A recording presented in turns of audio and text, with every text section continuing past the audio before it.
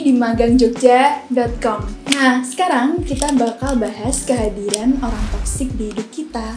Kesel banget ya dengernya, apalagi kalau orang itu sampai merusak kebahagiaan yang udah kita bangun susah-susah. Kita tentunya pernah atau saat ini sedang mengalami pergaulan dengan orang-orang yang toksik, tapi kita tidak menyadarinya. Orang toksik di hidup kita biasanya tidak suka jika melihat kita bahagia. Pada intinya, mereka ini seringkali menjatuhkan kita. Mereka akan selalu mengatakan hal-hal yang buruk di setiap kesempatan yang akan membuat kita lelah. Nah, jika seperti itu, aku menyarankan kalian untuk menghindari orang-orang seperti ini agar kalian juga tidak lelah batin dan habis energinya. Sekarang, aku mau bagi tips buat kalian gimana sih cara menghindari orang-orang yang toksik di hidup kita. Yang pertama, jangan hiraukan permainan mereka. Jika kita sering merespon mereka, walau hanya sekedar mengiyakan saja, mereka akan tetap merasa kita bisa menjadi sasaran empuk dari perilaku negatif mereka.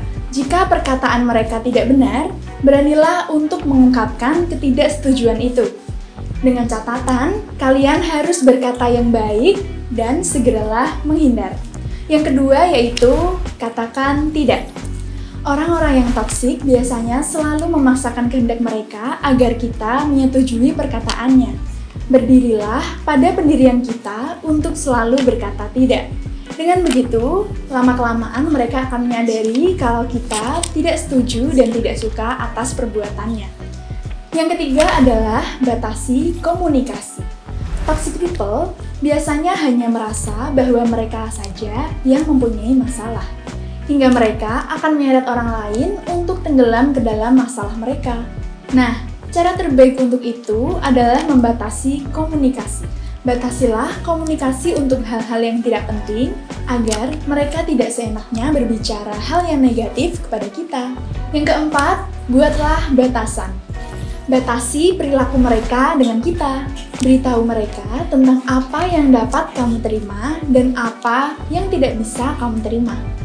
Hal ini agar menghindarkan kita untuk ikut terjerumus kepada hal-hal yang tidak baik. Yang terakhir adalah berbicara dari hati ke hati. Nah, jika kebetulan orang-orang yang toksik ini adalah teman terdekat kita, maka kita tetap harus memberitahu kepada orang lain jika perilaku mereka merugikan. Doronglah mereka untuk mengelola emosi dengan cara yang sehat. Nah, itu dia 5 tips untuk menghindari orang-orang yang toksik di hidup kita. Beranilah untuk memilih pergaulan yang baik, jangan sampai kalian ikut terseret ke hal-hal yang negatif. Terus jadi orang baik dan peduli dengan teman-teman sekitar. Jika kamu rasa video ini bermanfaat, jangan lupa di like, komen, dan subscribe. Sampai jumpa di video selanjutnya. Dadah!